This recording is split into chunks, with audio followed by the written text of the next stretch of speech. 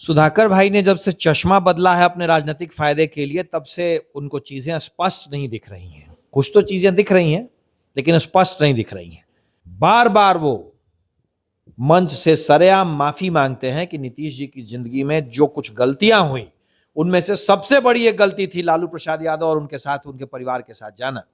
कि बिहार के लिए जो रावण रहे हैं लालू प्रसाद यादव और उनका परिवार, जिन लोगों ने बिहार में भ्रष्टाचार की अग्नि फैलाई है, जिन लोगों ने बिहार में कुशासन फैलाया, उन लोगों को जब तक राजनीतिक रूप से नहीं मारेंगे तब तक नीतीश कुमार चैन से नहीं बैठे। इस रावण को जब तक राजनीतिक रूप से हम नहीं मारेंगे तब तक किसी और रावण वध का कोई औचित्य नहीं है।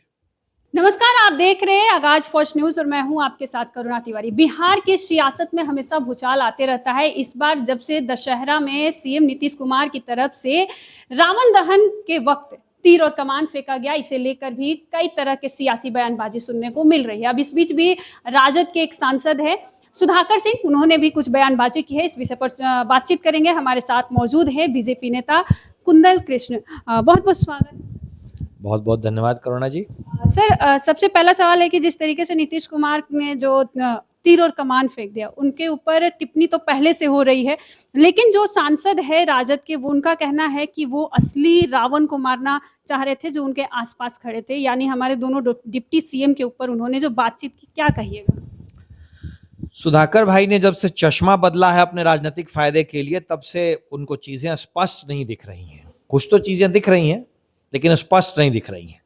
नीतीश कुमार जी का सीधा साधा मानना है, बिहार की जनता से वायदा है कि बिहार के लिए जो रावण रहे हैं लालू प्रसाद यादव और उनका परिवार, जिन लोगों ने बिहार में भ्रष्टाचार की अग्नि फैलाई है, जिन लोगों ने बिहार में कुशासन फैलाया, उन लोगों को जब तक राजनीतिक रूप से नहीं मारेंगे तब तक नीतीश कुमार चैन से नहीं बैठे। बार बार वो मंच से सरेआम माफी मांगते हैं कि नीतीश जी की जिंदगी में जो कुछ गलतियां हुई, उनमें से सबसे बड़ी एक गलती थी लालू प्रसाद यादव और उनके साथ, उनके परिवार के साथ जाना। क्योंकि ये वही परिवार है, ये वही दल है जिसने बिहार को आतंक के राज में धकेल दिया था, जिसने बिहार में कुशासन ला दिया था, जंगल राज की आग में धधका बिहार। इस रावण को जब तक राजनीतिक रूप से हम नहीं मारेंगे तब तक किसी और रावण वध का कोई औचित्य नहीं है। यानी वो जो कहे सुधाकर सिंह ने जो बात कही डिप्टी सीएम के बारे में, इसे लेकर वो और भी बात कहे कि जितने भी उपचुनाव हो रहे हैं, इन लोगों का कुछ होने जाने वाला नहीं है, क्योंकि वहां पर हमारी सरकार बन रही है और आने वाले चुनाव में भी, यानी विधानसभा का। सुधाकर जी जिस सीट से विधायक चुन के आए थे, वो सीट भी राष्ट्रीय जनता दल रिकॉर्ड वोटों से हार रही है। राष्ट्रीय जनता दल एक डूबता जहाज है।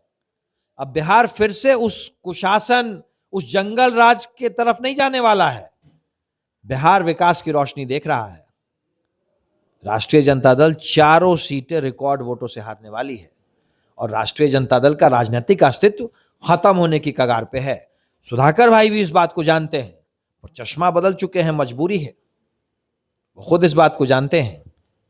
जिस रामगढ़ सीट से वो विधायक चुन के आए थे, उपचुनावों में वो सीट राष्ट्रीय जनता दल हार रहा है और भारतीय जनता पार्टी जीत रही है। अच्छा, इस पर उपचुनाव में क्या आरजेडी डर गई है एनडीए की सरकार से? क्योंकि कहीं ना कहीं लगातार बयानबाजी आ रही है कि एनडीए की वहां पे सरकार नहीं। आरजेडी को एहसास है ना, उन्होंने जो कुकृत किए हैं। भाई जब आप बबूल का पेड़ बोएंगे तो आम तो खाएंगे नहीं। आरजेडी ने बिहार की जनता के साथ जो किया है, उसका आरजेडी को एहसास है। बिहार की जनता वापसी नहीं चाहती है उस अपहरण के उद्योग वाले युग की। बिहार की जनता वापस नहीं चाहती है उस समय की जब घर की बच्ची 6 बजे तक नहीं लौटे तो पूरा परिवार सशंकित हो जाता था। बिहार ने वो दौर भी देखा है जब मां अपने नौनिहाल को जबरदस्ती बाहर पढ़ने भेजती थी, क्योंकि वो चाहती थी कि उसके नौनिहाल का अपहरण नहीं हो। बिहार की जनता उस दौर को वापस नहीं चाहती है। आरजेडी अपने कुकृतों को जान रही है और आरजेडी ये भी जान रही है कि राजनीतिक रूप से लालू और उसका परिवार खत्म होने जा रहा है अगले चुनाव में। शराबबंदी को लेकर भी कई तरह के सवाल आ रहे हैं सर, कि जहरीली शराब भी बिक रही है। क्या कहिएगा इस पर? लगातार सवाल। शराब माफियाओं को संरक्षण राष्ट्रीय जनता दल, लालू प्रसाद यादव और उनका परिवार देता है। शराब माफियाओं का बिहार में सबसे बड़ा संरक्षक लालू प्रसाद यादव और उनका परिवार है, और जहरीली शराब पे जांच चल रही है, और ऐसा नहीं हो कि एक बहुत बड़े परिवार तक वो जांच पहुंच जाए, क्योंकि जो संरक्षण देगा वो भी नहीं बख्शा जाएगा। अच्छा, प्रशांत किशोर को उपचुनाव में आप लोग कितने बड़ा टक्कर मान रहे हैं?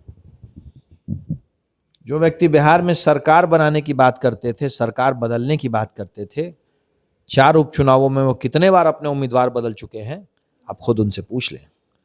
दूसरे की हड्डी पे कबड्डी खेलना आसान होता है, पर जब आप खुद जमीन पे आते हैं तब पता चलता है कि जमीन का जोर कितना है और आपकी हड्डियों की ताकत कितनी है। प्रशांत किशोर को इस बार अपनी राजनीतिक हैसियत और अपनी राजनीतिक मजबूती दोनों का एहसास हो जाएगा। विपक्ष वाले कह रहे हैं कि जो प्रशांत किशोर है वो बीजेपी की बी टीम कहला रही है, क्या इसमें कितनी सच्चाई है? भारतीय जनता पार्टी को अपनी ए टीम के अलावा किसी टीम की आवश्यकता नहीं है।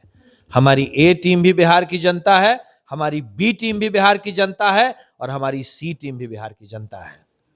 हमारे कार्यकर्ता और हमारे बिहार की माननीय जनता, देवतुल्य जनता, यही हमारी सारी टीम है, और यही टीम हमें बार बार जिताती है और आगे भी जिताएगी।